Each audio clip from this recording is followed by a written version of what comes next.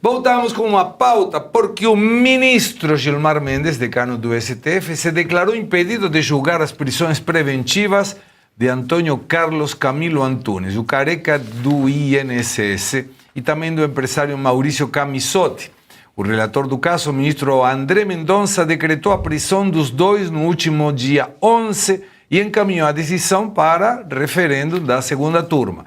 O julgamento ocorre no plenário virtual, que está previsto para terminar na próxima sexta-feira. Suano, teve um milagre que alguém no STF disse: eu me declaro incompetente, não posso participar disso? O que aconteceu? Estão mudando os ares no STF? Não existe milagre nenhum. Gilmar Mendes ele é estrategicamente o mais bem apurado ali. E ele já está...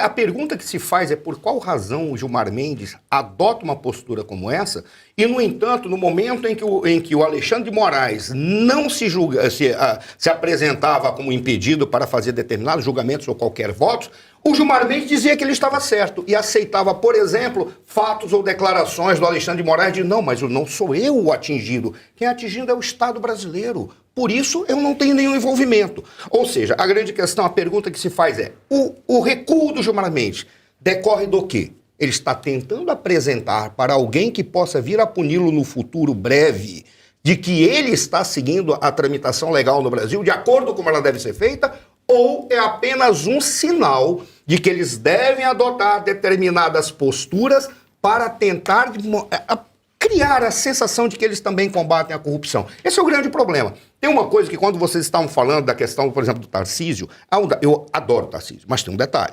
É o que nós vivemos agora. Tá? Não, esquece o Tarcísio para tratar, inclusive, da questão do Gilmar.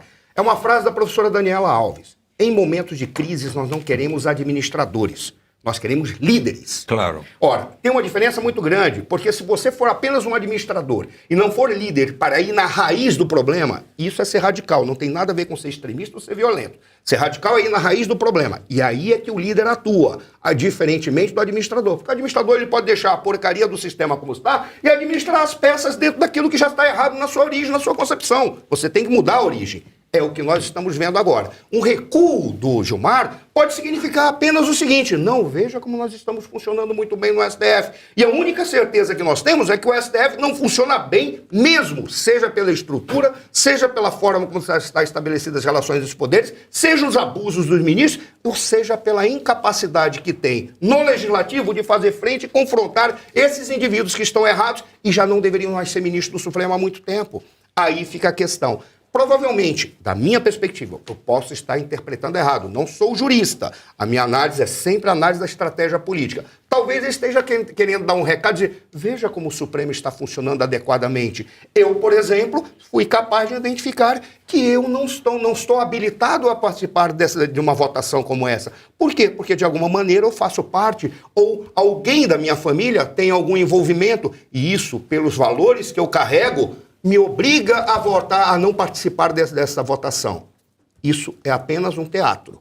E este é o momento em que nós precisamos dos líderes. Os líderes têm que simplesmente dizer, independentemente desse fato, como é que nós vamos tratar do Supremo Tribunal Federal? Porque o Gilmar Mendes não está apontando nada. Está apenas dizendo o seguinte, há um mascaramento de funcionamento adequado. Não é o que está acontecendo. Para mim, a decisão dele não interfere em nada. Porque não adianta mais no Brasil a gente estar tentando entender quais são os trâmites jurídicos.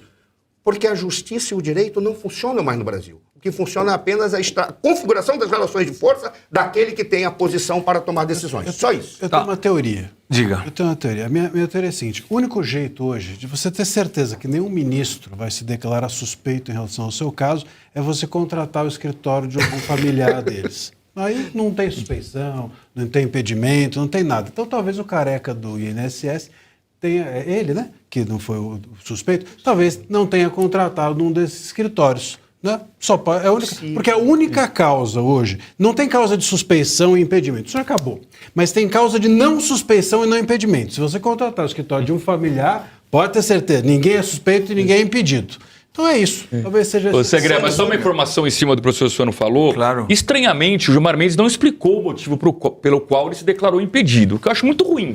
Falta de transparência. Aí se especula que a Guiomar Mendes, que é a esposa do Gilmar Mendes, teria aconselhado uma das partes. Esse seria o motivo pelo qual o Gilmar Mendes se declarou impedido. Mas como não divulgam, fica uma especulação. Aí você teria o Cristiano Zanin, que se declara impedido porque era parte da investigação quando era advogado do Lula na primeira turma, o Barroso de falar derrotamos o bolsonarismo, o Flávio Dino de dizer que o Bolsonaro, o demônio interpretado na Terra. Isso não funcionou muito.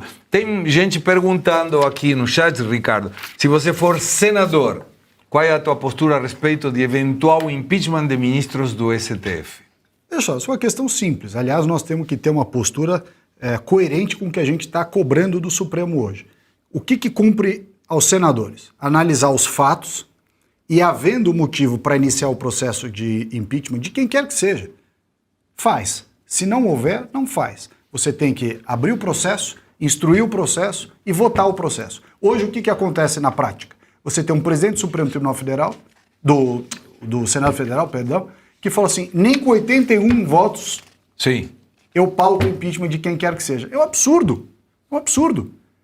O que não pode, e aí deixa você fazer exatamente o que a gente está criticando no Supremo, quer dizer o seguinte, olha, o sujeito antes de julgar já está dando a sentença. Antes de analisar os fatos já está dando a sentença. Até porque a direita padece, é importante dizer isso, padece muito desse mal.